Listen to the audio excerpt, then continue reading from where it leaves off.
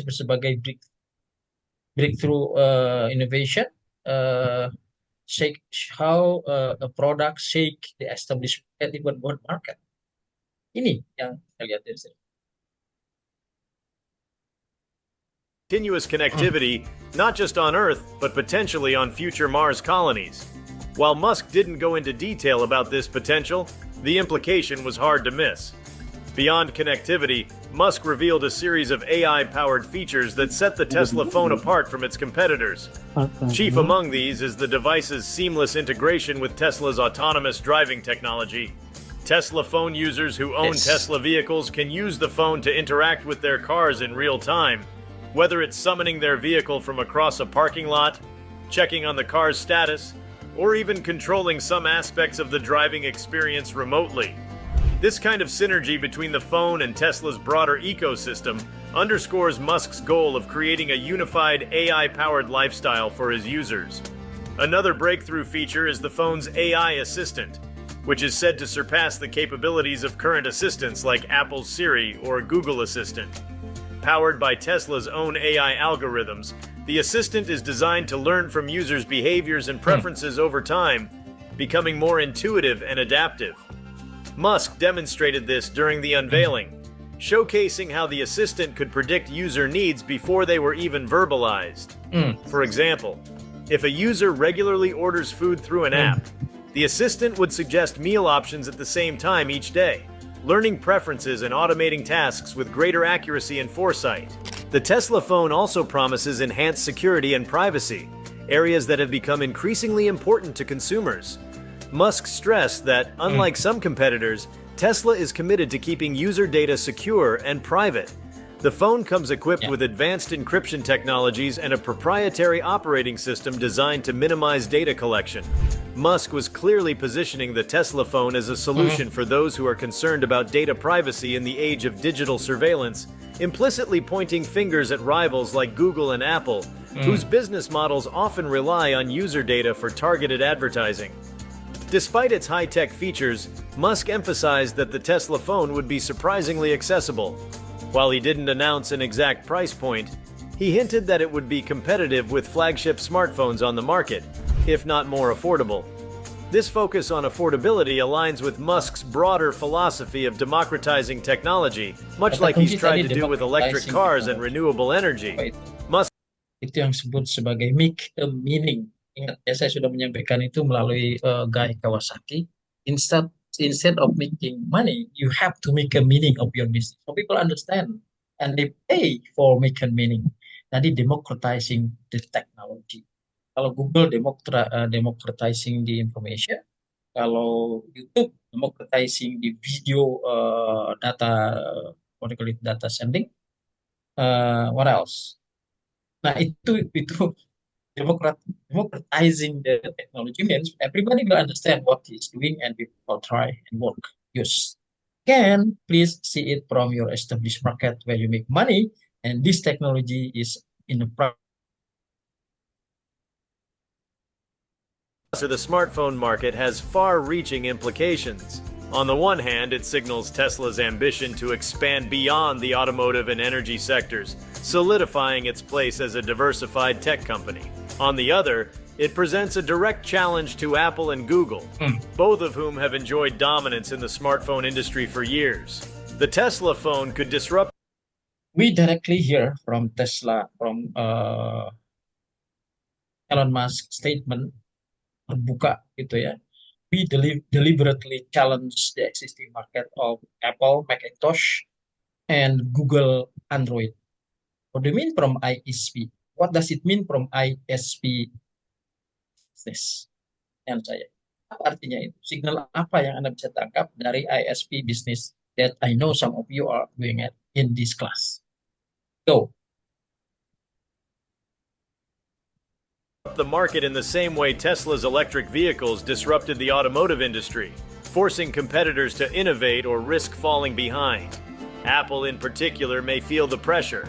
The iPhone has long been considered the gold standard for smartphones, with a loyal customer base and an ecosystem that's difficult to leave.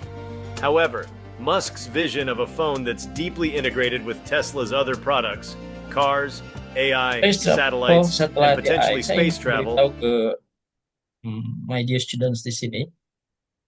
eh di sini tadi sebelah sebelah AI, sebelah siapa Tesla di sebelum segmen ini itu ada an Indian director of Tesla.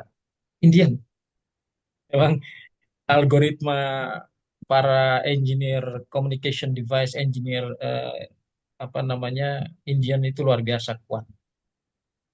Dan saya ingin kasih tahu ke Anda, eh, even Airbus, even Airbus aircraft space industry itu ketika bicara mengenai integrated integration of all function, thousand of whatever function of aircraft itu bekerja sama dengan India.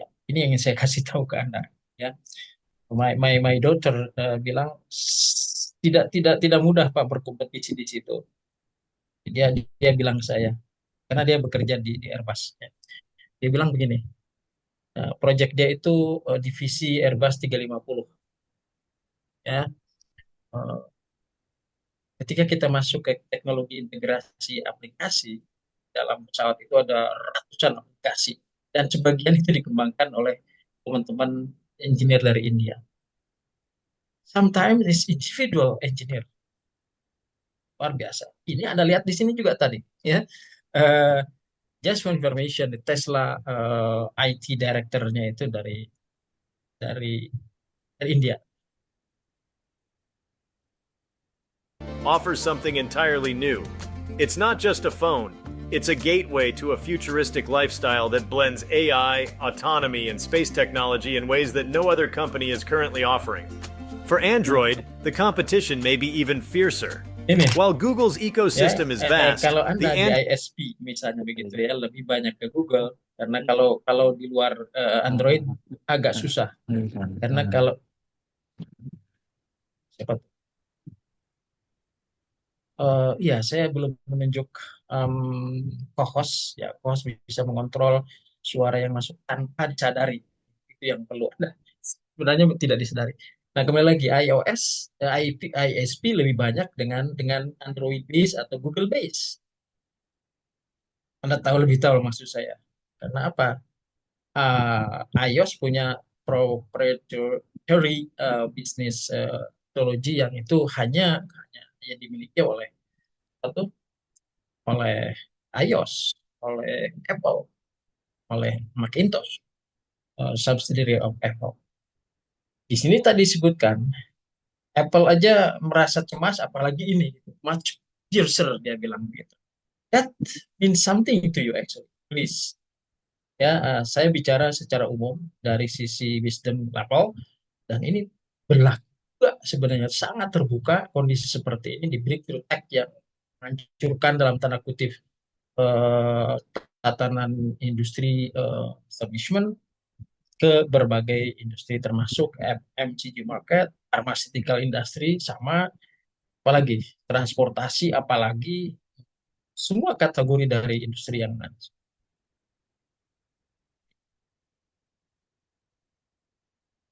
Android platform is fragmented, with different manufacturers creating devices of varying quality. It The is, Tesla it phone, is. built on its own proprietary software and hardware, offers a level of integration and Hmm. quality control that Android manufacturers struggle to match.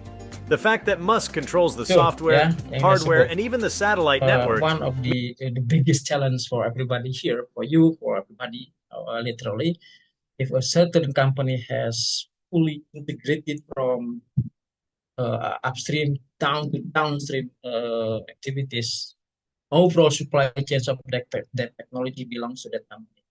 Makanya saya katakan, ini eh, negara pun, as let's say NASA yang punya punya pemerintah gitu, hands up, angkat tangan gitu. Ketika kita bicara mengenai cost cost reduction strategi luar saving 95% itu siapa yang bisa menjelaskan? Dan Elon Musk memiliki itu. Sehingga to W ya business to world market bukan lagi ke B2B, B2C ya sudah dilakukan business to country and business B to world. Okay. kita mengerti, mulai dari satelit, pengiriman ke satelit itu dia kuasai juga. Kemudian kita bicara end product yang tentu saja kalau kita bicara phone, it's mass market, ya. Direct penggunanya adalah anda-anda semua. I would say the world market is already there for model Pi of Tesla. Means that Tesla has the potential to create a more seamless and controlled user experience than Android, which relies on third-party manufacturers. Additionally, Musk's foray into the smartphone industry could have broader implications for the future of personal technology. If the Tesla phone proves successful, it could usher in a new era where smartphones are no longer just communication devices, but central hubs that connect users to a vast ecosystem of products and services, from electric cars to space travel. It's a vision that aligns with Musk's overarching goal of accelerating the advent of sustainable energy and making humanity a multi-planetary species. The Tesla phone could be the device that brings this future closer to reality. However, there are challenges ahead. The smartphone market is notoriously difficult to penetrate, with established players like Apple and Google holding massive market shares. Even companies like Samsung, which have significant resources and brand recognition, have struggled to compete against the iPhone's dominance in certain regions. For Tesla to succeed, it will need to offer something truly unique and compelling. And so far, the Tesla phone seems to be doing just that. Musk's announcement has certainly raised expectations, and the tech world will be watching closely in the coming months. Will it live up to the hype? Can it really compete against the iPhone and Android phones? These are questions that remain unanswered. But if Musk's track record is anything to go by, it would be unwise to bet against him. To understand the significance of this move, it's important to consider how integrated smartphones have become in daily life. Beyond mere communication, smartphones are now central to everything from banking and shopping to social networking and entertainment. This transformation, which began with the original iPhone in 2007, revolutionized the way we interact with the world. Today, smartphones act as our digital identities, personal assistants, and gateways to the internet. However, despite their immense power and functionality, the core operating systems of these devices, iOS and Android, have remained relatively unchanged for over a decade. Musk's introduction of the Tesla phone aims to break free from this established mold and push the boundaries of what a smartphone can be. One of the most significant aspects of Tesla's approach, whose ecosystems are largely confined to software and mobile hardware, Tesla's reach extends into electric vehicles, renewable energy, space technology, and artificial intelligence. This means that the Tesla phone has the potential to serve as a hub for an entire network of interconnected products that enhance one another, creating a seamless user experience across multiple dimensions of everyday life. The potential for the Tesla phone to function as the connective tissue between Tesla's electric vehicles and the broader infrastructure surrounding them is immense. For instance, the Tesla phone could become an essential tool for managing not only the car's operations, but also its charging and energy consumption. Imagine a scenario where the command center for your home's solar panels, your electric car, and the battery storage system that powers your house.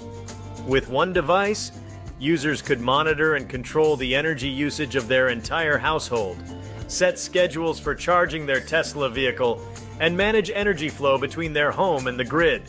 This level of integration would have profound implications, not just for individuals, but for society at large. Electrical, ya, industri seperti PLN, saya tahu investor dari China cukup besar di sini menginvestasi di grid lines untuk power generation.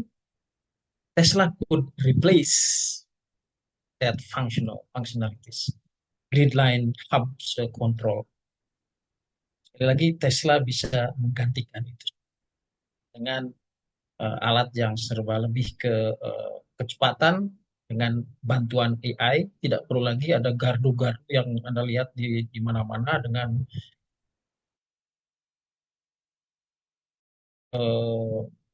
default whatever electricity transfer, pengiriman dari pusat generator ke rumah itu masih diperlukan. Tapi saya yakin kalau PLN bekerja sama menerangkan bisa mengembangkan itu dengan tadi sekitar menurut saya mungkin 80% dari cost itu bisa bisa di uh, turn to be your profit. Cost saving means your profit. Sebaiknya Anda sudah mulai yang bekerja di PLN atau di perusahaan gas, begitu ya, utility companies. Why don't you see these potential advancements of uh, Apple, sorry, Apple, Model Pi of the Tesla communication device into your business. Start from now if you are talking about network. By making it easier for people to manage their energy consumption, the Tesla phone could help accelerate the transition to renewable energy. In many ways, this vision aligns perfectly with Musk's long-term goal of reducing humanity's reliance on fossil fuels and combating climate change. The Tesla phone, therefore, becomes not just a technological gadget, but a tool for promoting sustainability on a global scale. Furthermore, Tesla's integration of AI and autonomy could push the Tesla phone into uncharted territory in terms of what a smartphone can achieve. Unlike current assistants like Siri or Google, AI on the Tesla phone is designed to be proactive and highly adaptive. Over time, it will learn from user behavior, anticipating needs, and even automating complex tasks. This form of intelligence could turn the Tesla phone into a personal operating system that does much more than schedule meetings or send text messages. For example, the Tesla phone's AI could interact with other smart devices in your home, optimizing their performance based on your habits and preferences. If you frequently adjust the temperature in your home or change the lighting at certain times of day, the Tesla phone's AI would learn these patterns and make adjustments without you needing to lift a finger. This could extend to Tesla cars as well, where the AI could predict when you are likely to drive and prepare the vehicle accordingly, ensuring it is fully charged and ready to go. However, the most revolutionary feature of the Tesla phone is likely to be its connection to the Starlink satellite network. The concept of a smartphone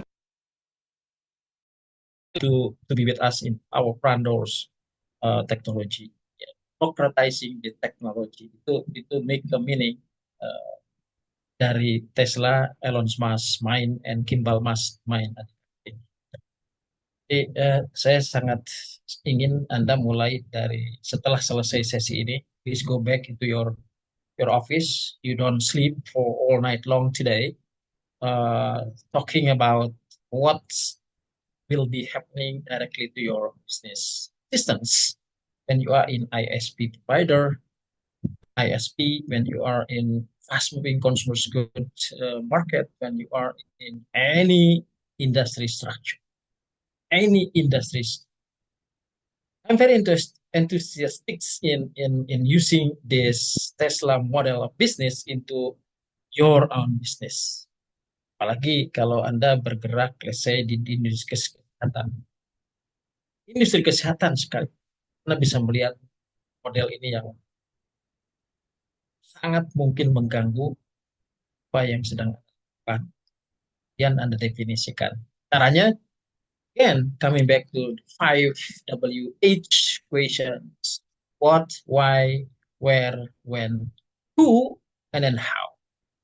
Kalau sudah masuk ke how, di situ mulai muncul disebut dengan business model canvas, how to develop your business. Your, let's say, start up your new business, your new venture, whatever. Baik. That is not reliant on traditional cellular infrastructure opens up a world of possibilities. Not only does this provide users with unparalleled global coverage, but it also redefines the very nature of communication. Musk has repeatedly emphasized the limitations of terrestrial cell towers, which are prone to outages, interference, and geographic limitations. With the Tesla phone tapping into Starlink, these limitations could be eliminated entirely, providing high-speed internet access in places where it was previously unimaginable. It doesn't need ISP anymore. Ingat ya, dengan model ini, he doesn't need any service from ISP anymore. Bahkan eh, bisnisnya Jack Ma ya cloud base can be taken over easily, I would say. Ya dengan cara tadi mulailah apa namanya mengembangkan strategic analysis on 5WH and H. Jadi sekali lagi, kalau Anda masih bisa tidur nyenyak setelah melihat ini semua dan that must be something wrong with you.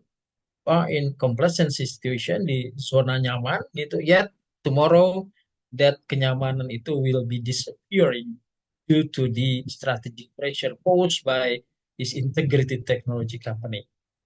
Mulai dari spaceship, dari satelitnya, dari teknologi chipsnya, mampu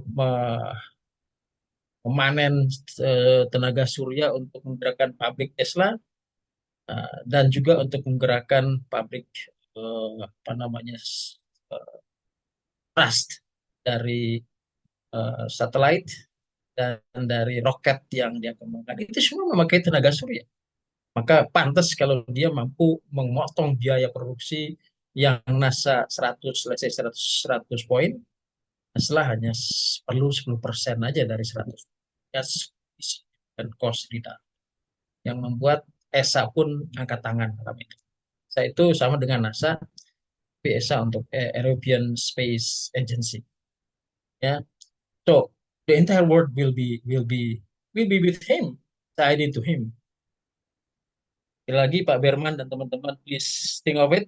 Mulai Anda menggerakkan 5H and WH and H for you to think of bisnis model apa ke depan.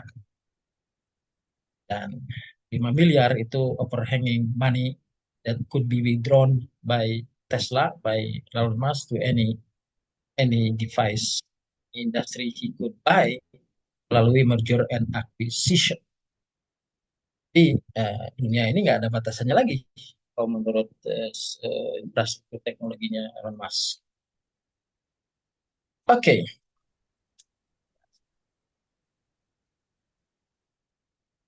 Pak Deddy This capability izin would Pak Deddy izin komen Pak. providers have long neglected these areas yes. due to the high cost of building cell towers in sparsely populated regions. By bypassing the need for terrestrial towers, the Tesla phone could democratize internet access in the same way Tesla's electric Democratize internet access, democratize di teknologi. Bypassing tadi, anak pegang itu kata itu. Nggak ada lagi masalah, apalagi masuk ke tengah kota. Yang di remote area aja nggak ada masalah, dunia aja tidak ada masalah karena dia punya teknologi 400 kilometer di atas bumi, di mana dia punya segala macam teknologi disimpan di IAS. What do you think about our existence here? That's a big question. We have to pose ourselves on it. What will be our business? cars aim to democratize clean energy. Moreover, this global connectivity could play a pivotal role in developing economies, where access to reliable internet is often a barrier to growth and development. Starlink integration also ties into Musk's broader vision of space exploration. Although this may seem like a distant possibility, the groundwork Musk is laying today with the Tesla phone could serve as the foundation for a future where connectivity extends beyond Earth. In this scenario, a device like the Tesla phone would not only work on our planet, but could also be the primary communication device for astronauts and colonists on Mars. The idea that a phone could be your lifeline, whether on Earth or another planet, is the kind of futuristic thinking that Musk has made his trademark. While we are still a long way from interplanetary colonies, the Tesla phone could be the first step in making that vision a reality. The ripple effects of Tesla's entrance into the smartphone market are likely to be felt across industries. Tech giants like Apple, Google, and Samsung will undoubtedly feel the pressure to innovate in response. Again, my dear students, if Google, Apple, Samsung feel the strategic pressure, what about your businesses? Not to mention ISP. What about your businesses? For years, these companies have dominated the smartphone market with iterative improvements to their devices, but none have delivered the kind of paradigm shift that Musk is promising with the Tesla phone.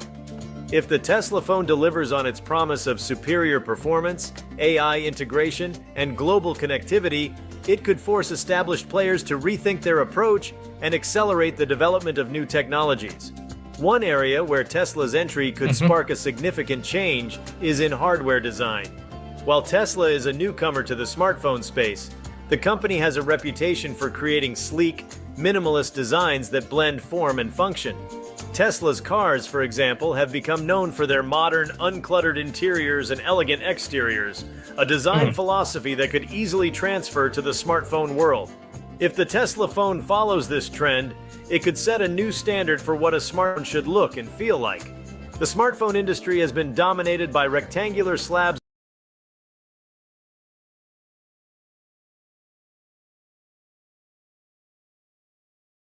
and sustainability could shake up the industry in unexpected ways.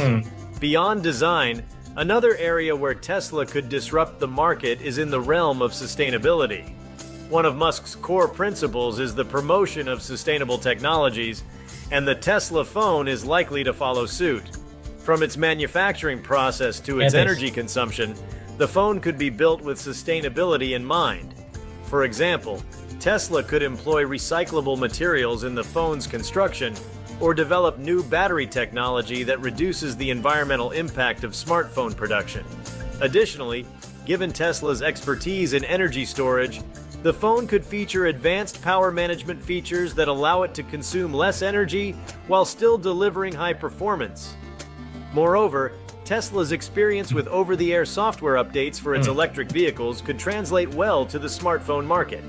Currently, most smartphones require users to periodically update their devices with new software versions.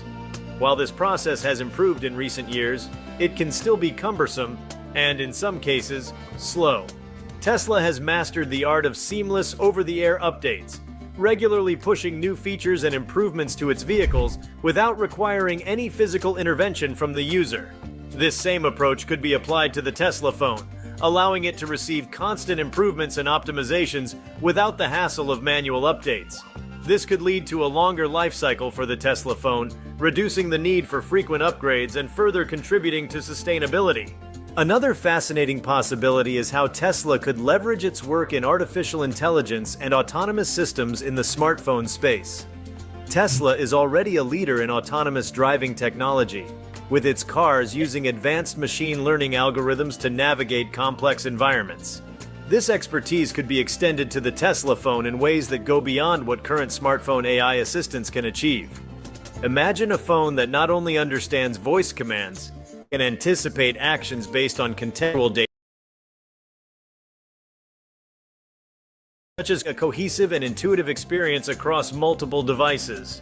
For instance, the Tesla phone's AI could automatically adjust your home's thermostat when it senses that you're nearing your house in your Tesla vehicle, or it could suggest the most efficient route to a destination based on real-time traffic and weather data pulled from satellites.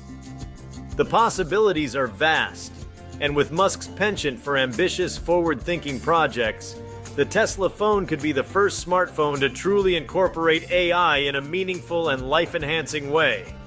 However, with all these possibilities, challenges abound. Entering a market as established and competitive as the smartphone industry is no small feat. Tesla will be going up against companies with decades of experience in manufacturing, supply chain management, and global distribution. Both Apple and Google have refined their processes to such an extent that competing at their level requires significant expertise and resources. However, if there's one thing Musk has demonstrated time and time again, it's his ability to disrupt industries that seemed impervious to change. Sets new paradigm, sets new model of business, sets new market, and existing market radically affected. Silakan internalize whatever we discuss and use this Tesla model for my session 7. Should inspire you on whatever model that you will develop, especially for the keywords that uh, Elon Musk interject to us with the democratize the advancements from upstream to downstream. Semuanya sudah dia pegang. Tesla faced similar challenges when it entered the automotive market, yet it managed to overcome them and emerge as a leader in electric vehicles. Tesla's distinct advantage lies in its broad technological portfolio, which goes far beyond traditional consumer electronics. This could allow the company to construct an ecosystem that merges multiple aspects of modern life into a cohesive, interconnected experience. Take, for instance, the possibility of integrating Tesla's renewable energy solutions directly into the smartphone's operating system. The Tesla phone could feature native apps that give users real-time data about solar panels, Powerwall, or electric vehicle charging status directly on their device. A Tesla phone user could track their household energy use, schedule charging for their Tesla car, and monitor their energy consumption at home, all from one platform. These functionalities would provide value that Apple or Google's platforms don't currently offer, and could potentially tap into a growing market of environmentally conscious consumers. On the technical front, Tesla's mastery of over-the-air updates and software engineering is another advantage that could translate well into the smartphone sector. Unlike Apple, whose iOS ecosystem operates within tightly controlled and scheduled release cycles, or Android, where updates can be staggered across manufacturers, Tesla could bring a more agile approach. The company has demonstrated through its electric vehicles that it's capable of deploying constant, incremental improvements without requiring users to wait for major software updates. Applying this methodology to smartphones, Tesla could push rapid iterations, introducing new features, security patches, and optimizations with unprecedented speed. This ability would keep the phone's operating system perpetually fresh and on the cutting edge, helping to maintain user satisfaction and competitive advantage. A to Z, we mean by customer satisfaction. Ingat kita sudah bisa bicara mengenai brand health. Tentu saja di sini ada intersepsi antara mata kuliah ini dengan banyak mata kuliah lain, khususnya dengan marketing.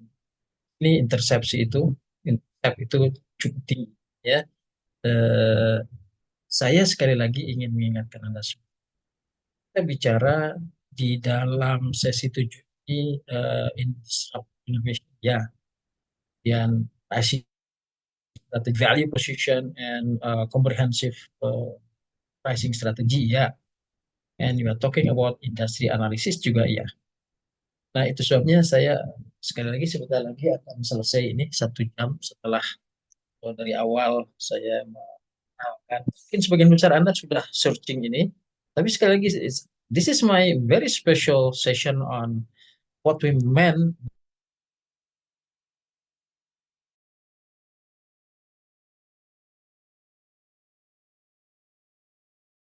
ada cost saving 90%. Wah, itu luar biasa. Akan angkat tangan perintah.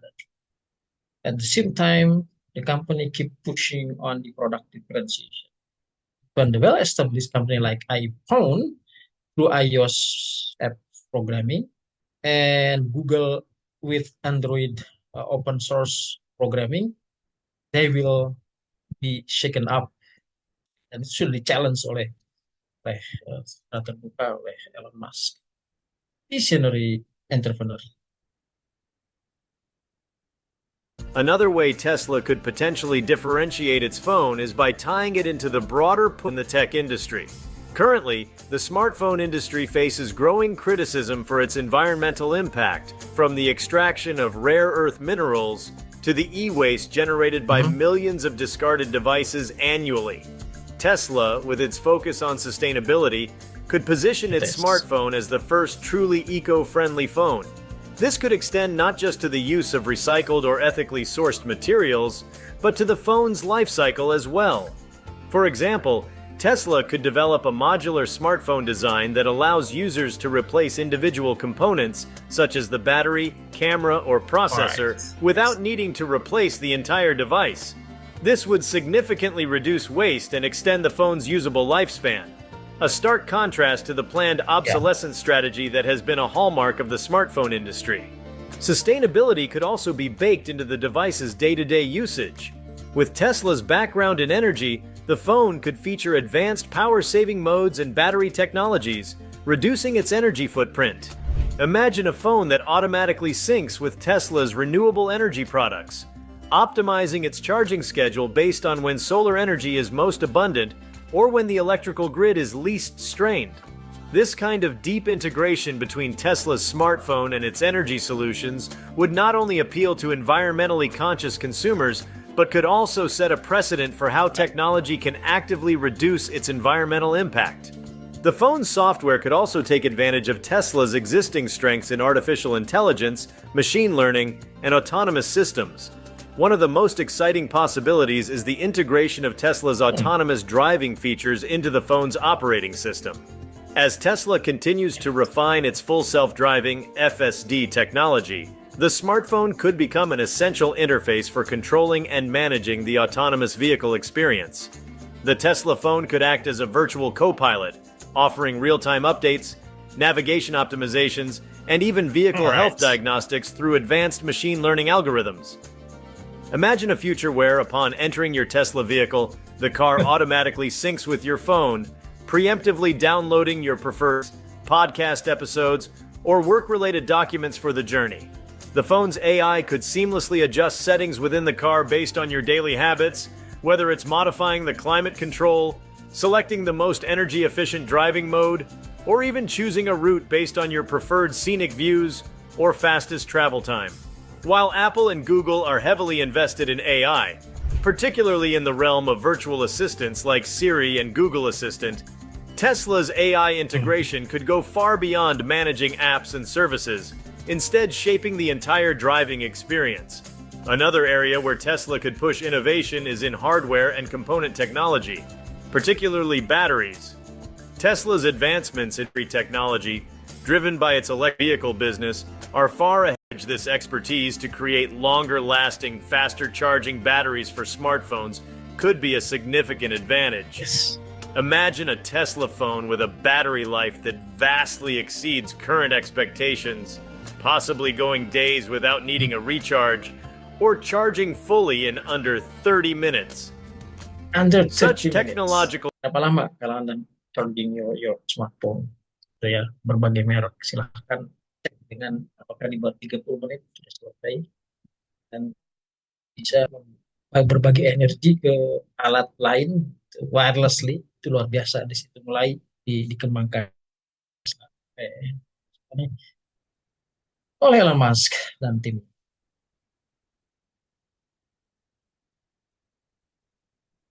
strides would revolutionize user expectations and set new standards across the industry. Additionally, Tesla's work on autonomous driving and sensor technology could give the company an edge when it comes to integrating advanced hardware into the phone. For instance, the Tesla phone could incorporate sensors and cameras that are more advanced than anything currently on the market. Leveraging Tesla's research into radar, LiDAR, and optical systems for autonomous driving, the phone could include features like advanced augmented reality, AR, or even virtual reality, VR capabilities. AI, These features could be applied VR, and virtual R, VR. Gabung. Luar biasa. Saya mengatakan ini multi-breakthrough tech. That it's not that easy for others to pick. If you are able to leapfrogging this integrated AI, AR, and VR put into the same device like Model Pi of Tesla handphone and the other devices related to Tesla products, then you will be succeeded in this war of democratizing the technology. You know what we mean by make a meaning. not just for entertainment or navigation, but for practical uses, like enhanced spatial awareness in augmented reality applications, making Tesla's phone a potential game changer tadi in saya fields sebut like education, healthcare, and application logistics. will have a significant impact on the what do you call it? The presence of AI, for instance. You don't need any more teacher. What you need maybe the long life experience of a teacher, maybe like what I share with you. It, kalau ada dosen ini di self critic to all of the faculty member, if any faculty rely on textbook, Anda baca textbook, gitu ya, kemudian Anda belajar dari situ dan I would say not be in the business school. It's not that way. You have to be able to share what you have. Saya punya license, saya punya eh, apa namanya teknologi yang sudah diprotek, paten saya punya, and I have multinational companies back and forth years with Madecor International that have shared there. Saya sebagai satu owner dari 5 owner di perusahaan itu, then that could be a lesson learned. So life lesson learned is more valuable. Itu yang tidak bisa digantikan. Ini disebut dengan tacit knowledge yang tidak bisa digantikan. Saya belajar di Tesla. I hope you also learn from what Tesla is doing. And through a device as advanced as the Tesla phone. AR has been heralded as the next frontier of digital interaction, but so far its implementation on smartphones has been somewhat limited. Apple's R-Kit and Google's R-Core have laid the groundwork for AR apps and experiences, but Tesla could bring a fresh perspective, integrating AR deeply into daily life. The Tesla phone could feature AR applications that revolutionize everything from virtual workspaces to immersive gaming experiences.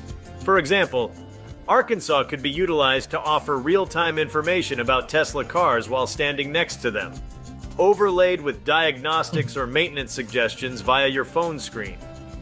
AR-based tools could also assist in navigation, providing real-time overlays on your phone's camera to guide you through complex routes or help with vehicle parking.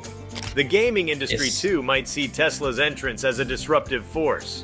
With Musk's personal interest in video games and Tesla's history of including games in their car infotainment systems, the Tesla phone could become a powerhouse for mobile gaming. The company could leverage the phone's hardware and AI integration to create unprecedented mobile gaming experiences. The development of a Tesla App Store or a partnership with major gaming studios could position the phone as not only a productivity and communication leading platform for mobile entertainment. Mobile gaming is a massive industry, and while neither has fully integrated high-end gaming experiences into their ecosystems in the way Tesla could. Tesla's deep understanding of hardware and software optimization, coupled with its forward-thinking approach to design, could result in a phone that supports console-quality games without the need for additional peripherals or controllers. Tesla could potentially develop its own gaming platform, optimized for the Tesla phone's hardware and tied into its other products. Saya tadi memang punya rencana 1 jam ini di lesson learned I hope you could get. And let's discuss after the break.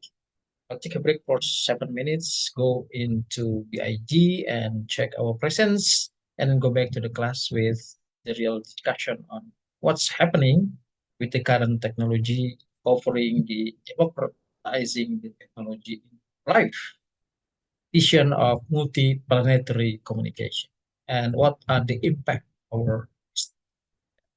Now, my formula is 5WH with 1H.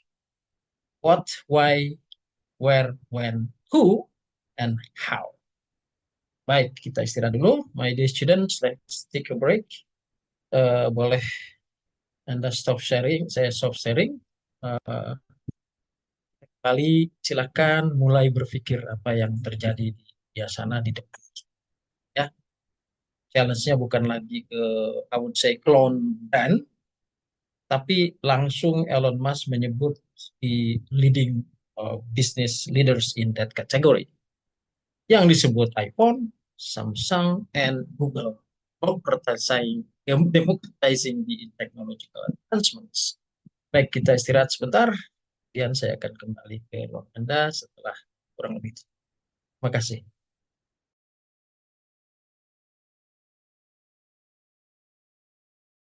Karena body produce, silahkan dari tadi lambat. Ya, silakan lihat gambar ini. Sudah saya coret-coret di sini ada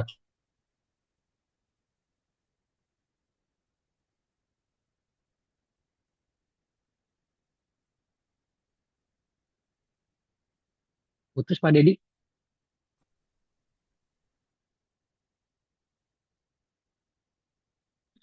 Yang lain dengar nggak? Baru masuk Maaf, suara. putus juga, Pak. Hilang, ya. hilang. Internetnya Oh, Pak Deddy sepertinya. Enggak, saya bisa mendengar Anda. Halo, my dear students. nah ini baru kedengaran Pak Deddy Iya ya. Sekarang Pak, udah ini masuk, baru Pak. dengar Pak. Oh, oke, oke, oke. Baik, baik, baik. Ini Anda lihat curat-curat saya di situ? Oke, kalau melihat, Iya saya masih sedang lihat. bicara matriks antara produk dan market di dalam pricing strategy based on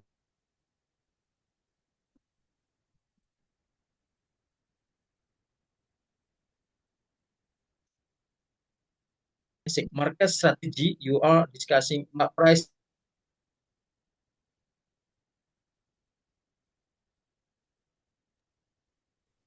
Pak Deddy, maaf. market pricing.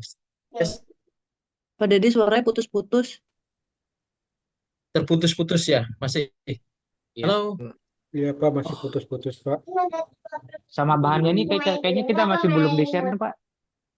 sudah saya. Oke, wait, sebentar, Belum sebentar. dapat.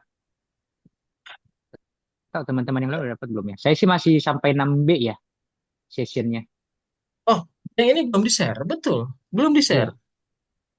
Wah, kalau Oh, soal share secara fisik belum saya kirim ya. oh oke Saya oke oke. pikir saya tidak bisa share di screen Anda. Tapi kan Anda lihat, saya lihat di monitor saya bisa lihat itu berarti Oh Anda ya ini lihat. ya ini kelihatan sih Pak. Oke, Fisiknya yang belum ternyata. ya belum. Tapi beberapa gambar yang sudah saya sampaikan ke Anda. Ya beberapa yang saya tunjukkan ke Anda, you have already had it. Baik, aduh jadi gimana nih? Oke, saya kembali lagi ke ini mas. Kan kalau ya, saya pikir ini tidak di share screen. Share screen sudah. Anda lihat gambar ini, gitu ya. Coba. Ya, ada link sedikit. Ya, itu tadi saya sedang di jalan. Wait a minute. Oke. Jadi saya sudah coret-coret. Anda lihat itu apa ya yang terjadi. Julian, Pak, tapi materinya belum di-share ya, Pak? saya tidak tahu. Coba cek ya. Karena saya memonitor suara yang saya lihat adalah bahan. Maksudnya bukan share Baik, screen, Pak, materinya. kenapa baru ada pertanyaan? Iya, Kenapa bukan? bukan share screen, Pak. Maksudnya bahan udah di-share ke Oh, putus-putus kelas suara belum? ya. Oh, oke, oke. Empat gitu. Baik, mungkin saya harus bicara pelan-pelan. Nah, ini yang ingin saya share ke Anda. This is real. How pricing strategy in FX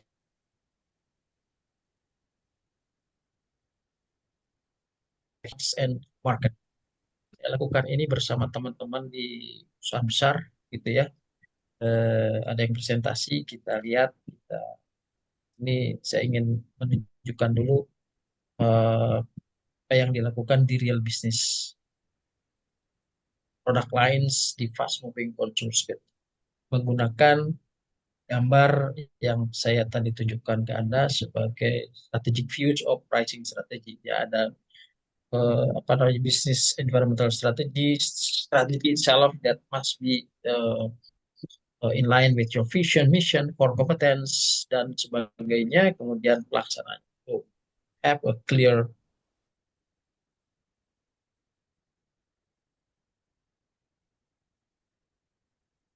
Nah, bagaimana kalau itu kita terapkan ke Tesla atau Tesla yang kita lihat tadi? Your internet connection is unstable. Oke, Pak, sorry. Materi untuk pertemuan 7 ini belum di-share ya, Pak. Nah, saya jawab itu. Baik, betul. Memang sedang tidak stabil rupanya. Bentar, saya.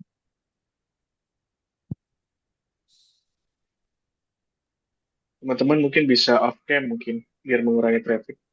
Ya, please, betul, please. Cam silakan, yang on cam semuanya off cam supaya ya betul mengurangi traffic. Sebabnya saya tidak memakai cam. Tujuannya untuk mempermudah transmisi suara saya dan gambar yang ada. Baik, terima kasih suggestion yang luar biasa. Please off your cam. Baik, betapa seriusnya yang mereka lakukan persis seperti yang saya sampaikan ke Anda. Gitu. They do simulation and these are line managers dari perusahaan yang saya katakan sangat-sangat fokus on brand development, brand health management, market analysis at any day, even at any weekend, even day sometimes. Weekly basis analysis on where you gain market, where you lose market based on a product market development. Nah, mari kita lihat ini how eh, tadi bicara mengenai Tesla, disebut juga di iPhone, juga Samsung. Now let's talk about uh, breakthrough tech uh, delivered by Kawasaki yang pernah Anda lihat di sesi sebelumnya, 10 rules for making presentation whatever. Now I share the other section or segment 2 of his presentation, the word young managers, this word forum on business. Let's go. Anda silakan pelajari kata kunci dari yang disampaikan oleh marketing and product development expert from Macintosh. Ya, baik, kita lihat.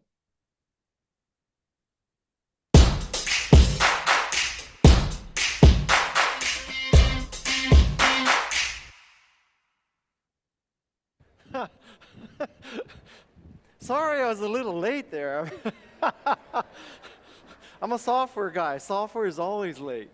So, welcome. My name is Guy Kawasaki, and I live in Silicon Valley. I'm here today to talk to you about a book that I just Wise finished Guy, called Wise Guy. maaf saya interupsi. Apakah Anda mendengar suara video ini? Kedengaran. Dengar, Nah, Pak. baik, Dengar, baik. Pak. Aman. Thank you, baik. Nah, untuk itu please off your cam untuk memperkuat transmisi data suara. Nah, maaf, di off kameranya di off. Baik, kita lanjut kalau terdengar. And in this book, I tell all these stories of my life, a life in Silicon Valley, a life in technology. And I'm just so happy to be here. I've been kicking myself, why did I wait for 14 times before I came to the next web? This is a fantastic show. So I'm very happy to be here. Did you see that your father can dance? Did you learn that? And yeah? Did he embarrass you? Yeah, that's what fathers do, trust me. So I'm going to talk to you today about the lessons from a life in technology. And I'm so happy to be here. I have never, ever come to a speech on a ferry. I have to say, that was a first for me today. So this is a picture I'll use to explain a little bit my context. This is a picture of the Macintosh 84. division taken in 1984. I'm in the far upper left-hand corner. You cannot really see me. One of the mistakes I made in my career is that I didn't stand in the front of this very famous picture because, frankly, I had no idea that Apple would be as successful as it has become. A little bit about this group of people, the Macintosh division. It's probably the largest collection of egomaniacs in the history of America. And that's saying a lot because, as you know, America has a lot of egomaniacs. Back then, Apple was a successful company already. It had the Apple II division, which was making all the money because it was shipping Apple IIs. And there was the Macintosh division, which was spending all the money because we were still trying to complete the Macintosh. Nah, But saya we interupsi were di sini. such arrogant Anda mendengar ada dua people. divisi, ya, berdasarkan apa yang dia sampaikan, yaitu pertama di Apple sendiri, brand, Oke. Yang kedua, Macintosh. Macintosh. Oke, Anda tahu di sini Macintosh is subsidiary company of Apple. Untuk Apple. Tapi kenapa orang-orang Apple itu sama sekali tidak boleh masuk ke wilayah Macintosh areas? Anda tahu kenapa? Boleh share. Kenapa?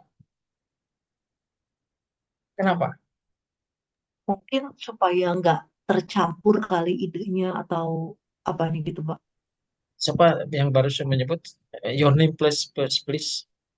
Mutia, Pak. Maaf, saya nggak lihat di sini Mutia. Ide blurred. Oke, ide. Apalagi siapa lagi yang mau menyampaikan? Kenapa pertanyaan saya? Kenapa orang Apple sama sekali tidak boleh masuk ke Macintosh padahal orang Macintosh digaji oleh Apple? Kan ya imagine, nggak boleh masuk, nggak boleh, nggak ada akses gitu. Ide, oke. Apalagi yang sudah saya sampaikan ke Anda, mestinya Anda sudah menangkap maksud saya.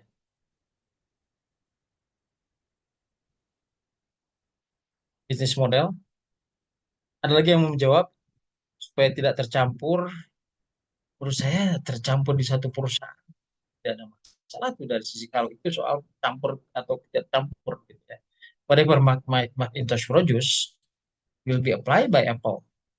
There is no, kalau menurut saya ide tercampur itu malah menjadi justru semua diabsorb oleh Apple gitu ya, oleh ya hasil dari research apapun yang dilakukan oleh Macintosh dan Apple have it.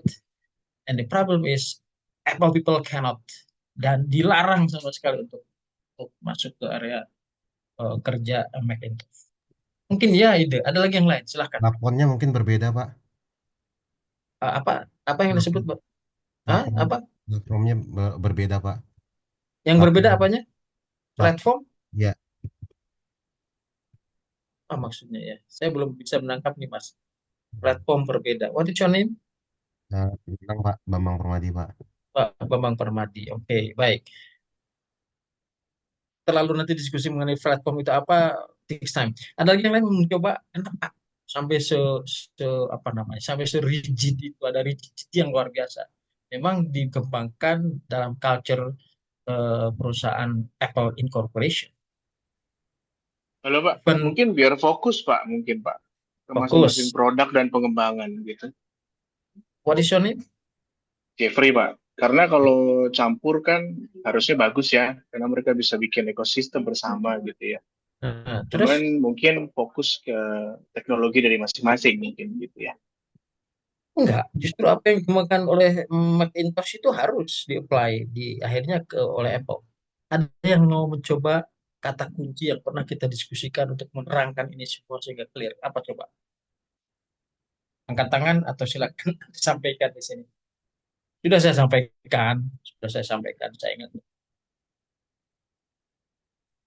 Waktunya terbatas, ya. Anda dapat poin tentu saja. Apple ini itu yang disebut sebagai, ingat itu, Macintosh ini disebut sebagai RBPF. Ingat itu? Ada yang ingat nggak? Ada yang ingat nggak atau nggak tahu sama sekali Iya, berarti Pak. Ingat ingat Pak. ya. Nah, kalau sudah ingat saya sampaikan itu. Di satu pihak, Macintosh itu sangat market is view of the firm development. Di sini saya ingin tunjukkan ke Anda ada best practice and workout strategy on what we mean by MBVF and RBVF. So, base view of. Saya kasih contoh ini ibarat bangunan pohon. Apple itu pohonnya, mulai dari batang yang muncul dari tanah ke atas itu pohonnya. Sementara RBVF Macintosh itu semua proses yang terjadi di dalam tanah, di dalam pohon itu. Karena tidak lihat itu dan memang tidak boleh dilihat. How strict is Apple Corporation treated di RBVF and NBVF. Jelas ya? Kemudian ini bisa membantu bahwa perusahaan besar itu melakukan ini juga. Dan saya tahu di Indonesia juga banyak yang melakukan. Ada pembeda antara market base dengan sosial.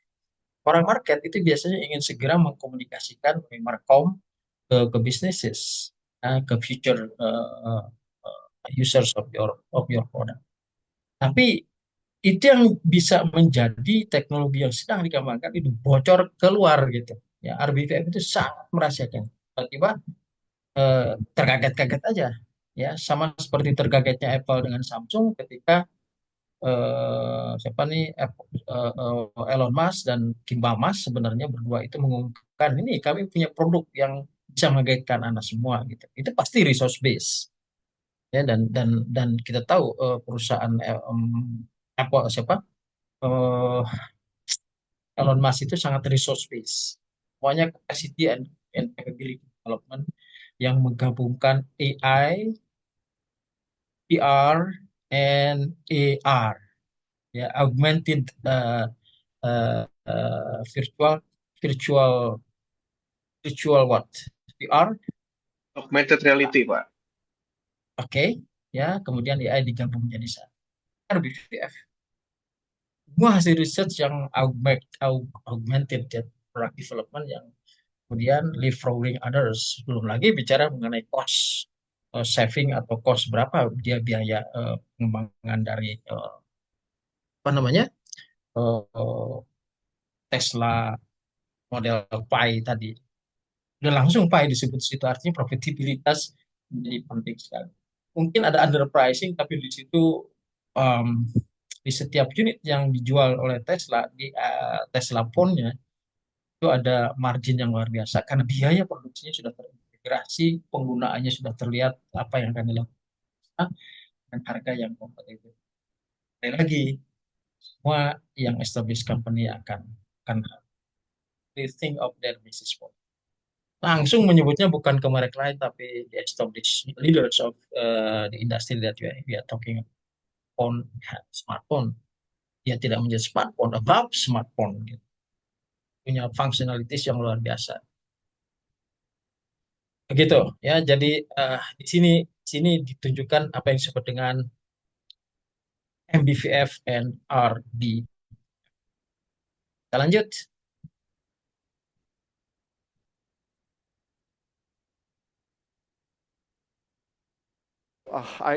I look back on those days with some chagrin. We were such arrogant people. We believed that we were hand selected by Steve Jobs, so the rules didn't apply to us. And I'll give you some stories. So, story number one is you're seeing us in front of the Macintosh division building. We would not let Apple II division employees into that building. So, if you can imagine working for a company where you work for the same company, but you're not allowed into the building of the company. And then the Macintosh division people quickly figured out that they were not being allowed into a building Maksud, ya. they had just paid Pas for. ya, Anda dengar di sini. And so, Satu RBVF, satu MBVF. Anda dibayar oleh orang Apple, tapi orang Apple nggak boleh masuk ke wilayah yang Anda kerjakan. Very clear demarcation, the line is very clear between MBVF dan saya lihat di berbagai perusahaan ada dan berbagai nama yang berbeda. Termasuk yang saya tunjukkan foto-foto tadi gitu ya. Kita sedang bicara RBVF tadi itu. Ya, how we apply the RBVF resource based view of any products and service, product market into the real product RBVF in action and MBVF in action. Saya tunjukkan tadi foto-foto itu. Alright, let's go further. Jelas ya, jelas. Dan sama sekali nggak boleh masuk. How come?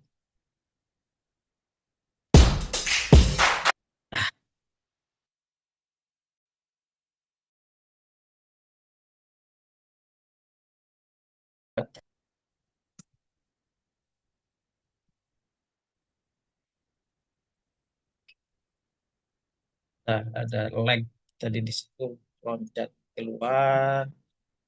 Baik. Halo, ini Deddy Herdiansjah bersama Anda. Apakah Anda masih bersama saya? Saya stop dulu ya share ini. Karena Masih, Pak. ya Mas, Masih, oke Pak. baik. Masih Pak, masih. Makasih Oke, Bapak. maaf. Saya pikir Anda sudah tidak bersama saya. Saya khawatir Masih kalau Pak, kita setia Pak di sini. baik, kalau gitu saya kembali lagi ke sesi yang tadi, aduh, wait a minute. Bentar, saya coba masuk ke situ tadi, tapi ingin masuk menit di mana, nggak, kalau gitu saya tidak akan ganggu. Let's this video presentation, check out.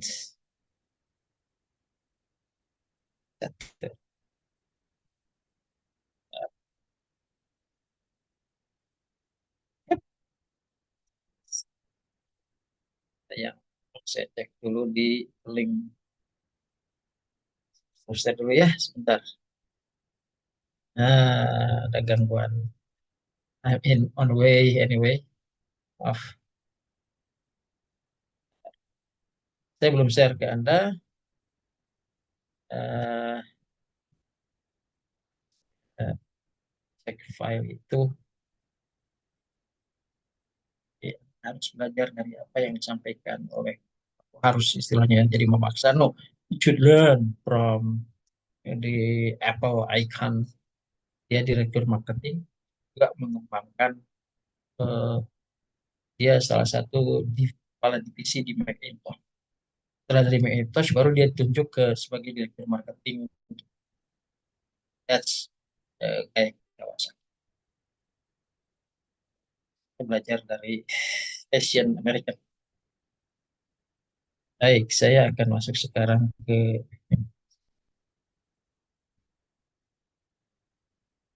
saya nggak mengganggu lagi kalau begitu karena tadi ada rupanya jadi loncat. Oke, dari mulai, silakan.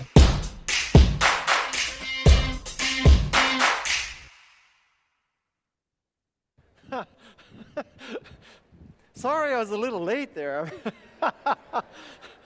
I'm a software guy.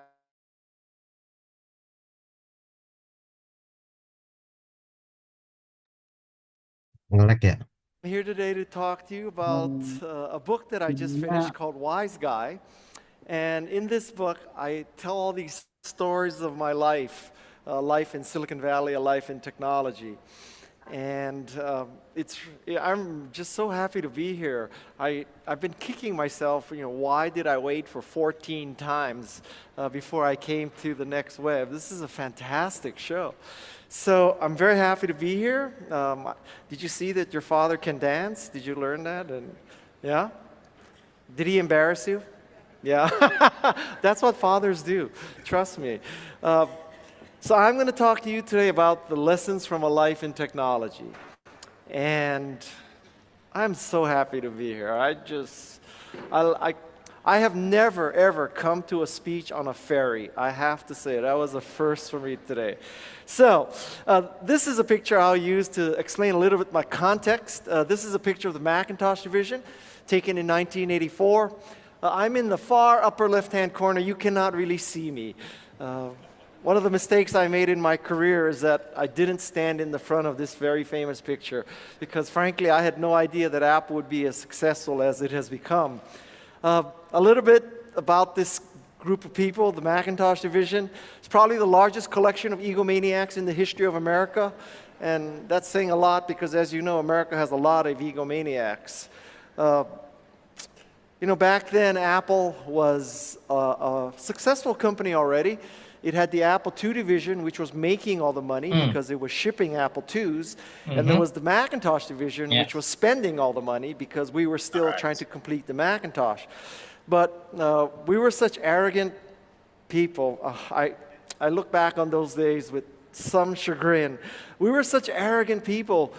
We believed that we were hand-selected by Steve Jobs, so the rules didn't apply to us. And I'll give you some stories. So story number one is, you're seeing us in front of the Macintosh division building.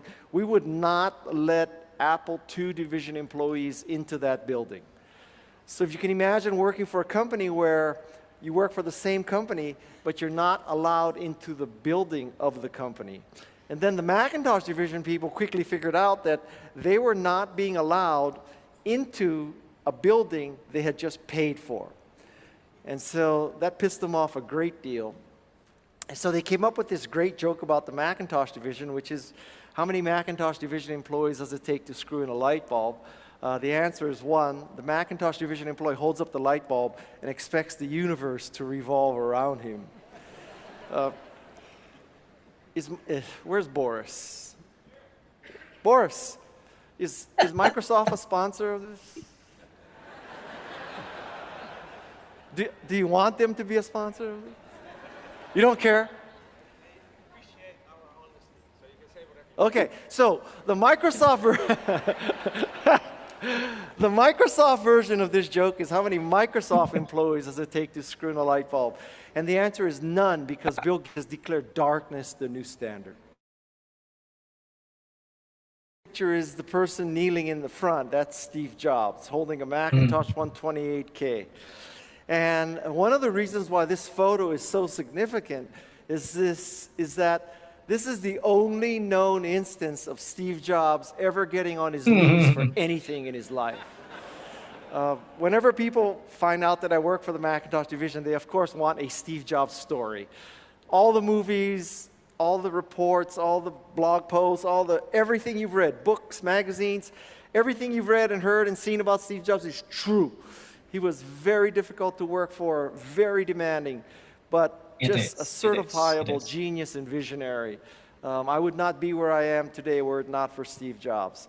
And there's nobody in this picture who regrets working for the Macintosh division. It was a privilege and an honor. So my Steve Jobs story for you.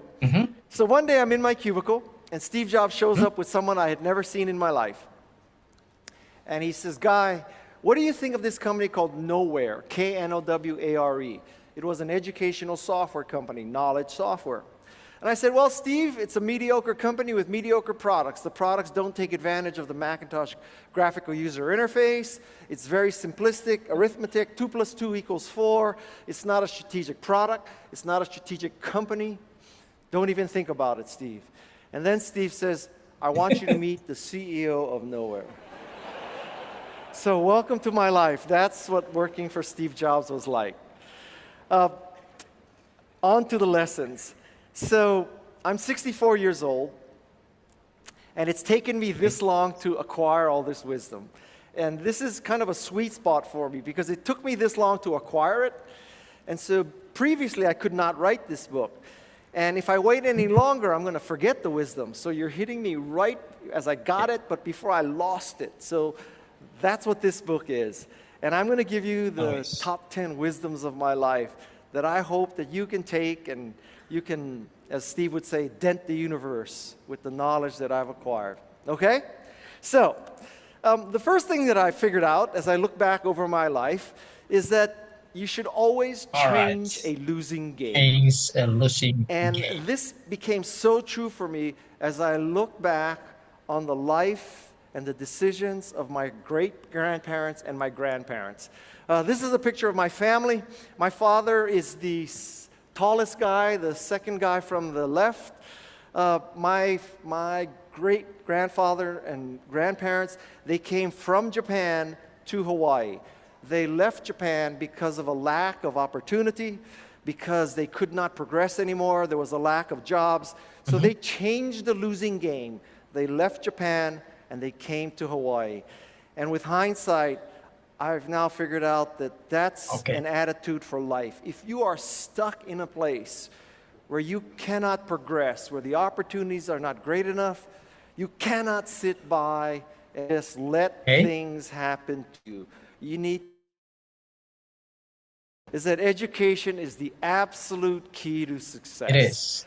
You know, I travel all over the world, and everybody talks to me with Silicon Valley envy. You know, how do we make Berlin the next Silicon Valley? How do we make Austin the next Silicon Valley? How do we make everywhere the next Silicon Valley?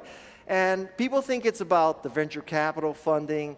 It's about the amount of infrastructure. You know, is there cloud-based services? Are there PR firms? Are there ad firms? Are there recruiters?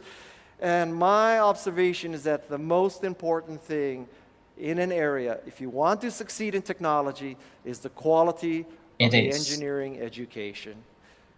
Get educated. Some pictures from my past. This is a picture of my elementary school. I came from a lower middle class part of Hawaii, Kalihi Elementary. Let's just say that It's not at the top of the rung of the education system in Hawaii. And the arc of my life changed because my sixth grade teacher took my parents aside one day, and they told my parents, you know, Guy has too much potential for you to leave him in the public school system. You need to pull him out of the public school system and put him in a college prep school. And if she had not pulled my parents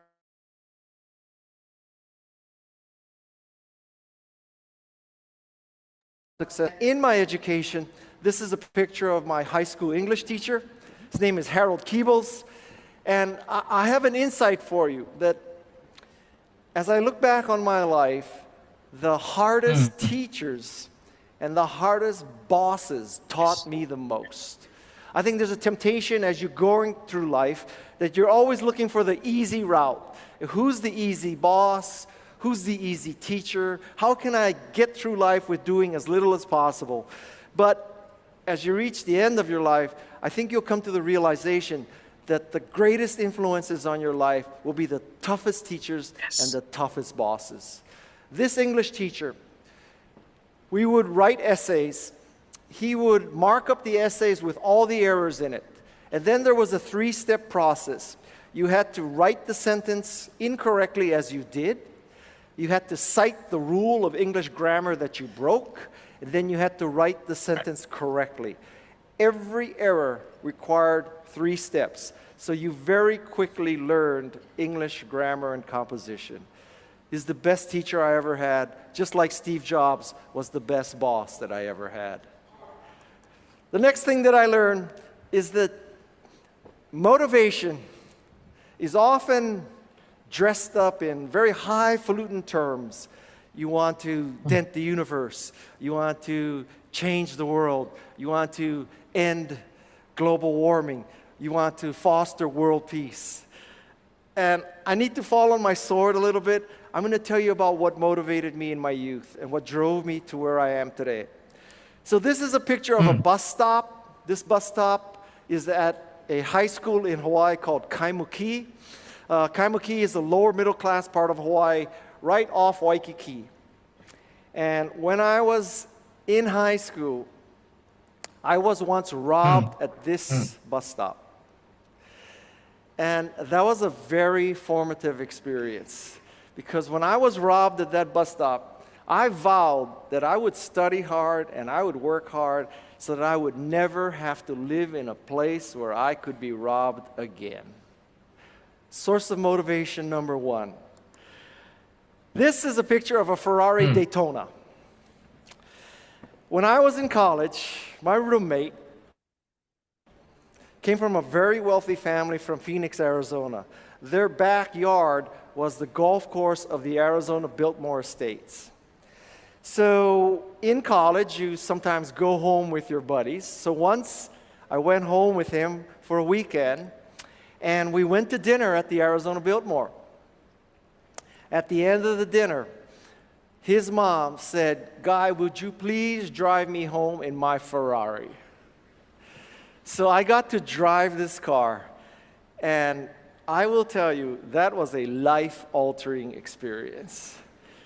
To drive a Ferrari, I said, this is why you need to study, Guy. This is why you need to work hard. So while everybody's talking about changing the world, all I wanted to do was change the third source of motivation. This is a picture of me, and this is a Jackie Chan. Now, it's not the real Jackie Chan because I have never met the real Jackie Chan. This is in the Wax Museum in Beijing. And I hope I don't violate any copyright or trademark by standing with a wax figure, but this is not the real Jackie Chan. So here's the story. So about 15 years ago, I owned a Porsche 911. And I stop at this light on El Camino in Menlo Park. I'm in this 911, and I look over to the left, and there's a car with 4 teenage girls in it. And they're giggling, and they're laughing, and they're making eye contact with me. And I'm sitting there, and I'm thinking, Guy, you have teenage girls know who you are. It's because of your work at Apple, your writing, you're speaking, that you founded a hot.com company. So I'm sitting there just totally smug. The girl in the front seat says, roll down the window. Clearly not a Porsche owner, because you don't roll down a Porsche window, you press a button. But anyway, I roll down my window. She sticks her head out and she says to me, are you Jackie Chan? Now, you could take that as an insult, but one of my motivations in life since that day is that one day, Jackie Chan is in his S-Class, or his Maybach, or his Bentley, or his Rolls Royce, and he's at a stoplight in Hong Kong, and he looks to his left, and there's a car with 4 teenage girls giggling, smiling, making contact with Jackie Chan. Girl in the front seat, roll down your window. Jackie Chan rolls down the window. Teenage girl in the front says to him, That's are you Guy goals. Kawasaki? That's the goal. My message here is that, you know what? Don't worry about what motivates you. Just get motivated. Next lesson. You know, I meet with a lot of young people, and a lot of young people have this very lofty expectation of how do you get that job? How do you get in? And I'll tell you, my experience is that in high tech anyway, it doesn't matter how you get into the company. Get in any way that you can. Because what matters is not how you got in. What matters is what you do once you are in. And if you get in as a temporary, if you get in because you're delivering lunches, if you get in because you're testing code, whatever it is, it doesn't matter. Get in any way that you can. This is a picture of the first 3 generations of evangelists in the Macintosh division. The guy on the left is Mike Boych. He's the first software evangelist. He hired me. The reason why I got hired at Apple is not because of my stellar work experience, nor my stellar educational background, PhD in computer science from Carnegie Mellon, anything like that. I got hired at Apple because Mike Boych was my college roommate. It's his mother who had the Ferrari Daytona. The only reason why I got hired at Apple was nepotism. It was pure and simple nepotism. But you know what? That's how I got in. Why I succeeded is for very different reasons. So my message to you, as you're facing employment opportunities, thinking of starting companies, thinking of hiring people, don't worry about how people get in. Just worry about what they do once they're in. You know, I think the current HR wisdom is that you always look at people's educational background and work experience for relevance. I'm not saying you should ignore that, but I think you should add a third variable when you are hiring or being hired, which is, do you love what the company is doing? Because when I saw Macintosh for the first time, I was coming from the jewelry business. I literally was schlepping gold and diamonds around the United States. But when I saw Macintosh for that first time, when I saw Mac Paint and Mac Write, for me it was a religious experience. The clouds parted, angels started to sing. And the reason why I succeeded in the Macintosh division is because I loved the Macintosh. So I succeeded despite the lack of the right education and the right work experience. I will also tell you that I've come to believe that people with the perfect background, education and work, if they don't love what you do, it doesn't matter if they have the perfect background.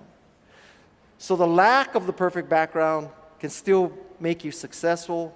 The presence of the perfect background can still make you fail. Just get in. Next lesson is a lesson in life that will help you have a happy life, which is don't look for problems where they don't exist. This is a picture of me standing in front of a house on Union Street in San Francisco. You see that hedge? So about 16 years ago, I lived in this house. This is a very nice house in a very nice part of San Francisco. Union Street dead ends into the Presidio. So it's a part of San Francisco called Cow Hollow, one of the nicest parts of San Francisco. So one day, I was outside of my house trimming this bougainvillea hedge. Trimming it, all right? Snipping the branches. This older white woman comes up to me and says, "Do you do lawns also?" And I said to her, "Oh, so I'm Japanese American, so you figure I'm Japanese American. I must be the yard man, right?" She goes, No, it's not that. It's just you are doing such a great job at trimming the hedge. I wanted to ask you if you also do lawns." So right there's some wisdom. The wisdom about racial profiling. But wait, it gets better. 2 weeks later, my father comes and visits me. I'm third generation Japanese American. He's second, served in the U.S. Army, the whole thing.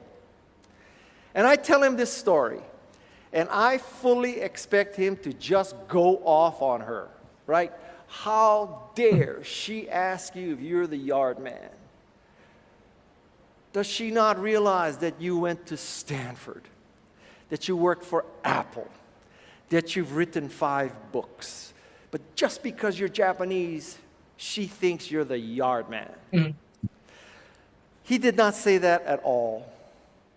What he said to me was, "Son, Japanese guy cutting a hedge on Union Street, statistically, the probability was that you were the yard man. So shut up and don't look for problems where they don't exist. Take the high road, give people the benefit of the doubt." And since that day, it's been very hard to offend me. Don't look for problems where they don't exist. Next thing I learned is about grinding it out. If there is a secret to my success, it has been my willingness to grind it out. I love to work. I can work anywhere at any time. I just need an internet connection. This is a picture of a hoodie. This hoodie was given to the Macintosh division, and it commemorated a spirit. And the spirit was that we were on a mission to increase people's creativity and productivity. So in 1982 and 1983, we were working 90 hours a week, and we were loving it because we weren't trying to simply ship a new personal computer. We were trying to change the world. We were trying to prevent totalitarianism. We were trying to prevent a George Orwellian 1984 world. So it wasn't about shipping another computer. It was about changing the world. And we were doing this 90 hours a week and loving it. We were grinding it out. Next piece of wisdom is to remember your friends. This is a picture of me with Mark Benioff. Mark Benioff is the founder of Salesforce.com. I gave Mark Benioff his first job ever in his career. I gave him a job as a summer intern when I was at Apple and he was at USC. He spent the summer writing assembly language program examples for the Macintosh division. Fast forward 30 years, he is not the intern, he is now the man. Salesforce.com donated hundreds of millions of dollars to medical research. And the story I want to tell you is this.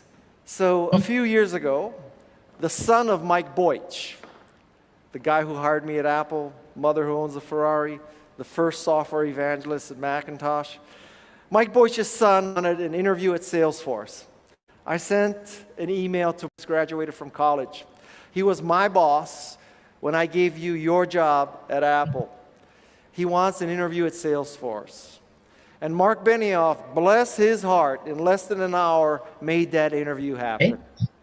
Fast forward another couple years. My son graduates. My son says he wants an interview at Salesforce.com.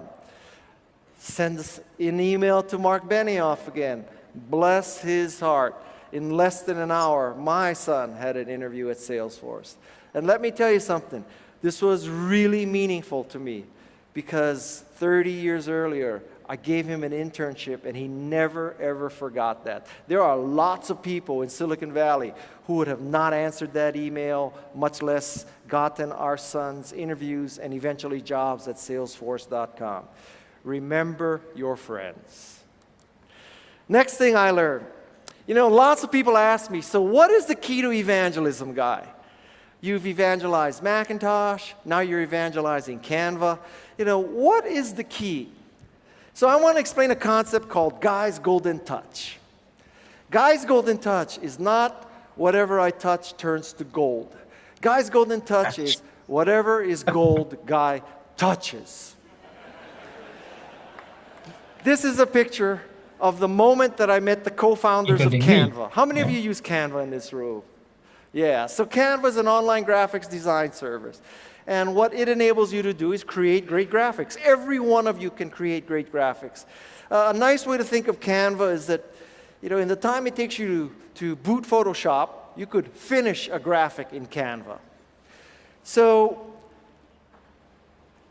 when people ask me, so what's the key to evangelism? Is it an outgoing personality? Is it the ability to shuck and jive and network? Is it the ability to do a great demo? Why Is it shouldn't saya minta persistence? What waktu is the key to 10 menit lagi evangelism? sampai The key to 9:15 ya, evangelism is untuk to sampai evangelize great lesson learned stuff. from Because it's Guy very Kawasaki. easy to evangelize great stuff. Oke, Pak. It is very Yeah, thank you. hard to evangelize crap. The key to evangelism is to find, create, align yourself with great stuff. Evangelism comes from Greek words meaning bring the good news. So what an evangelist does is bring the good news. I brought the good news of Macintosh. It makes people more creative and productive. I am bringing the news of Canva. It makes everybody into a graphic designer. So if you want to evangelize something, it starts with that something has to be good news. That it empowers people, it makes people's lives better, that it changes the world. Next thing that I learned is you have to continue to learn. When I was younger, I thought, so learning stops when you get your degree. You get your degree, you march down in the commencement ceremony, and bada bing, bada bang, learning is over. Now it's just reaping, and it's making money for the rest of your life. And I found that to be absolutely untrue. If you want to optimize your life, you have to continue to learn. I like to use sports examples. So this is me about 2 years ago. And let's just say, if you know anything about surfing, this is not the ideal position. So at the age of 62, I decided to take up surfing. That is roughly 58 years too late. And I took up surfing because my daughter took up surfing. This is a picture of me surfing with my daughter. And the message here is that, surfing is probably the hardest thing I've ever tried to learn. It is way too late to do it at 62. But you know what? It can be done. The message is continue to learn. Learning is a process. It is not an event. Continue to learn. Next thing I learned, a little piece of wisdom is in life, you have to do what it takes. I'll tell you an example. So I once had a book called Enchantment, and I ran a crowdsourced cover contest. And so I went on social media and I told people, I'm running a cover contest, submit your cover design to me, and I'm going to pick one and pay $1,000 for the cover. And what happened was very interesting. So a lot of professional graphic artists complained that I was exploiting their industry. Because what I was essentially doing was asking hundreds and hundreds of graphic designers to create covers, submit them to me, and I would only pay one. So one person would be adequately rewarded. Everybody else, I screwed. That's not how I look at it. I looked at it like I am opening it up for true meritocracy. I don't care if you work for a large firm. I don't care if you have a degree in graphic design. I just want a great cover. Anybody can enter. And so my attitude was, if you want to succeed in life, you do what it takes.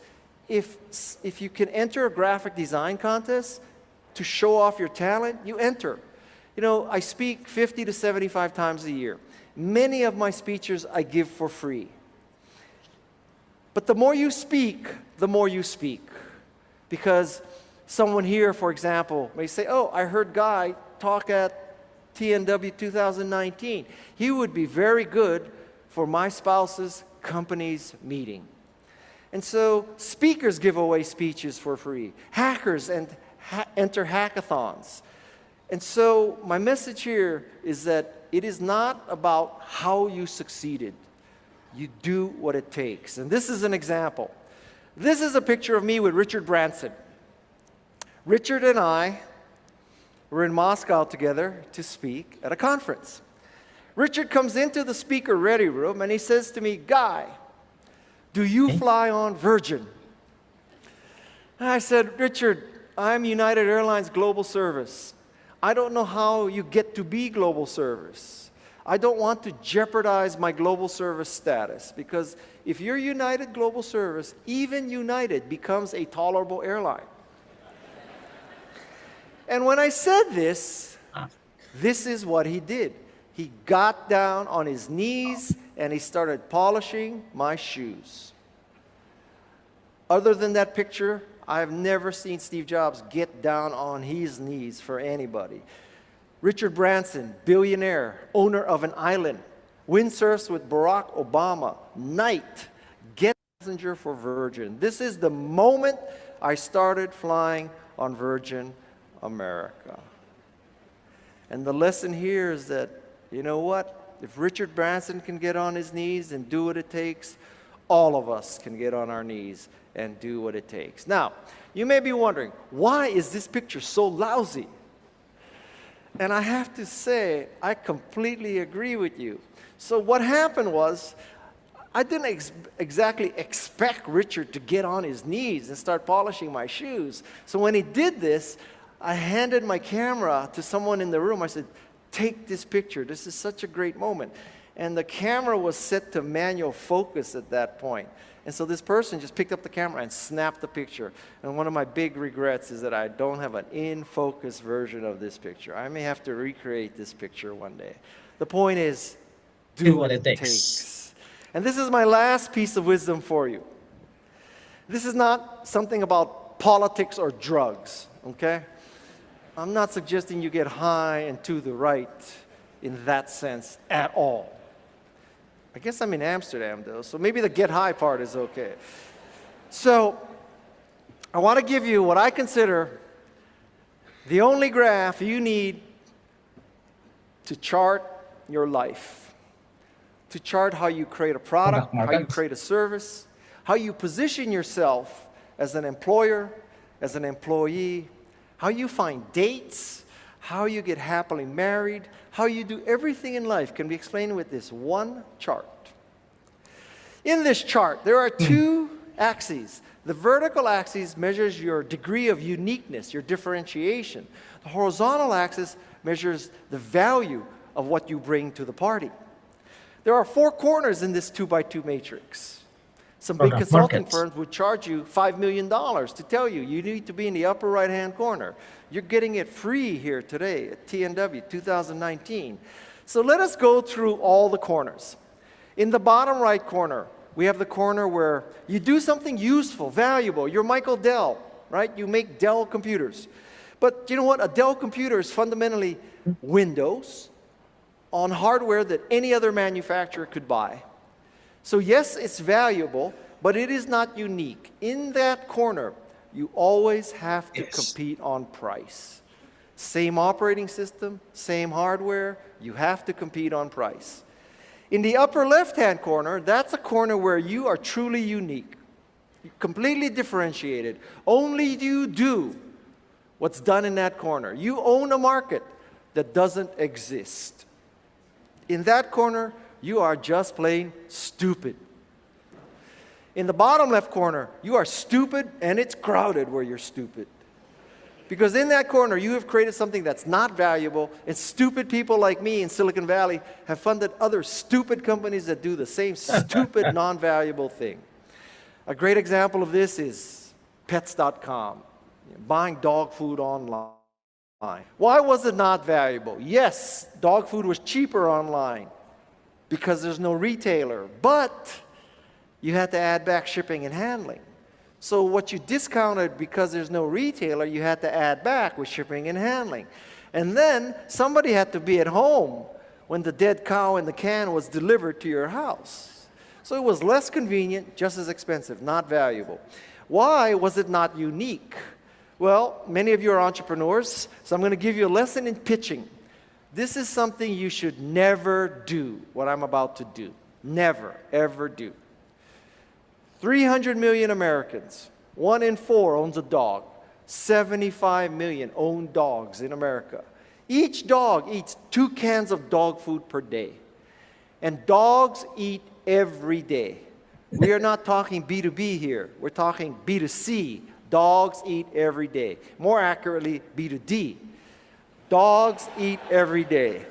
So we take 150 million cans of dog food, and with my rock star co-founder, how hard could it be to get 1% of that market?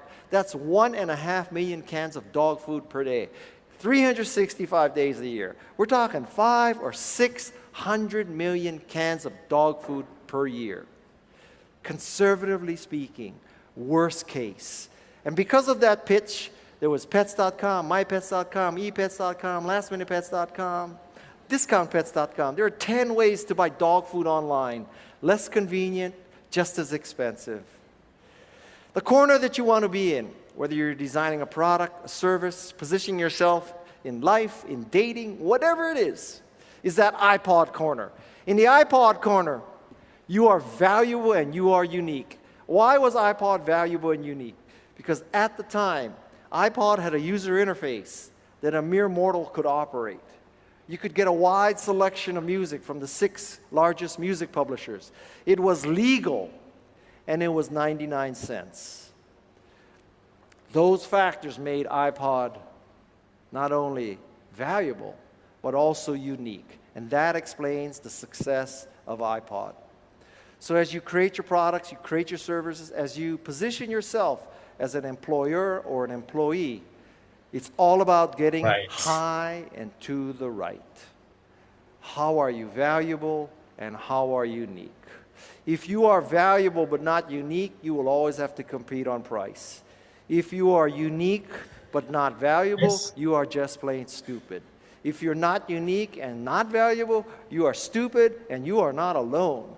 The corner you want to be in is the unique and valuable corner. That's where history is made. All right, thank you Mark- very much. I think that's the end of video presentation. Terima kasih. Banyak hal yang kita bisa eksplor lebih jauh karena waktu juga terbatas. Maaf, saya ingin menyampaikan ini sampai tuntas supaya Anda mendapat pelajaran bagaimana sebuah apa namanya produk atau service di Anda menetapkan harga terhadap product price strategi, product and market strategy. Karena tahu tadi di ujung dari pembelajaran Apple ini yang luar biasa berhasil, termasuk Google, ada di atas Anda yang sekarang sedang mencoba mengganggu pasar itu.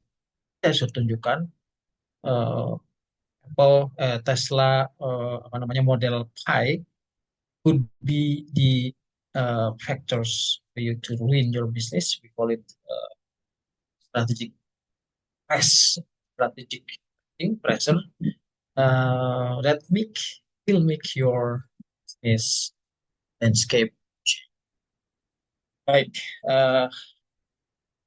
tentu saja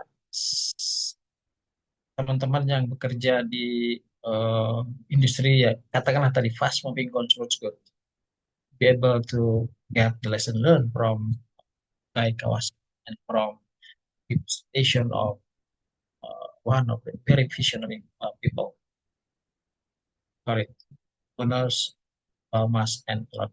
Yang terdengar Elon Musk, sebenarnya di belakang layar Kim Musk juga luar biasa. dan menghasilkan banyak ide yang kemudian di dari bisnis mereka adalah sustainability in energy green tech. Dan tadi disebutkan democratizing the technology and energy source. Itu topik yang memang akan selalu dicari oleh siapapun di dalam industri apapun teknologi sustainable business. Baik, my dear students, kalau ada pertanyaan silakan ajukan lewat email, boleh. Malam ini saya akan kirim, masih ada tugas satu yang belum saya kirim memang. Ujian saya putuskan untuk kelas ini tanggal 7 November ada dua pilihan ya di situ. Tanggal 30 atau 7 November. Ujian nanti tinggal tanggal 7 November, nanti kita akan bicara lebih detail mengenai ini. Kemudian tugas Anda akan berakhir nanti, deadline-nya adalah hari Sabtu. So, ample time, 5 days to complete the assignment.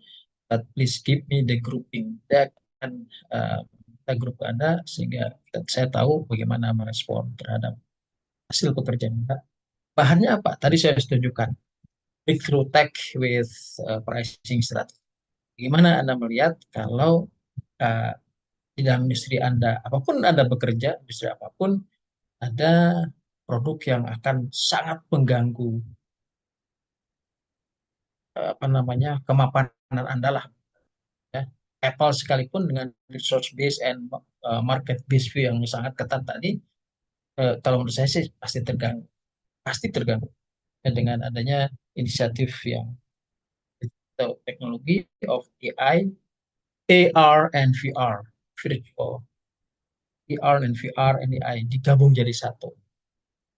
Banyak keunggulan yang ditawarkan dengan harga yang tadi dibuka $12.200 dan Elon Musk punya ruang untuk bawah itu, let's say head to head on competing with existing premium class of any products of Samsung or Apple, yet Elon Musk get higher profit because of cost saving yang jauh di bawah rata biaya produksi dari unit of Samsung atau Apple. My dear student, without further patient atau attention, I know you are working students. Ini waktu yang luar biasa untuk keluarga, dipakai untuk you invest your time learning. Tadi tugas atau salah satu yang disampaikan oleh Guy Kawasaki adalah get educated and continuous learning, yang saya berusaha untuk melakukan. Never ever consider yourself to be smart. Kalau Anda sudah merasa pinter, disitulah mulai bodoh. And never ever you feel that you are rich. Kalau orang sudah merasa kaya, disitulah mulai miskin. Itu kata kunci yang disampaikan dan bisa Anda terapkan ke dalam. Congratulations to all of you. I'm very glad to this class. I know you are fully dedicated, fully attentive to the purposes, especially this MM 5104 economic for. Sampai jumpa di kelas berikutnya. Selamat untuk Anda semua. Saya tahu partisipasi Anda luar biasa. This is Deddy Herdiansjah. Thank you very much and see you next week on your midterm exam. Terima kasih, my dear Terima students. kasih. Makasih, Pak. Sama-sama, terima kasih. Terima kasih.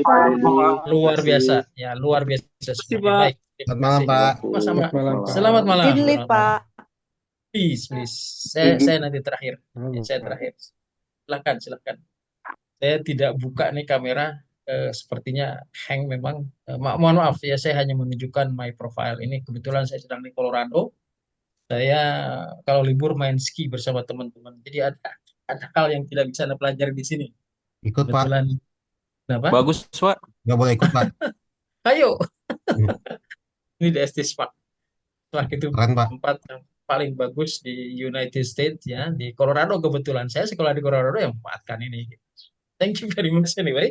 Oke, Pak. Baik, ini sampai jumpa untuk teman-teman semua di Deddy Herdiansjah. Silakan Bapak Ibu keluar dengan hormat. Terima kasih semuanya. Terima kasih, Luar Pak. biasa. Luar biasa. Makasih, Pak. Terima kasih. Alright. Sukses untuk Bapak Anda, Firman, dan semuanya saya izin. Ya, baik. Tiga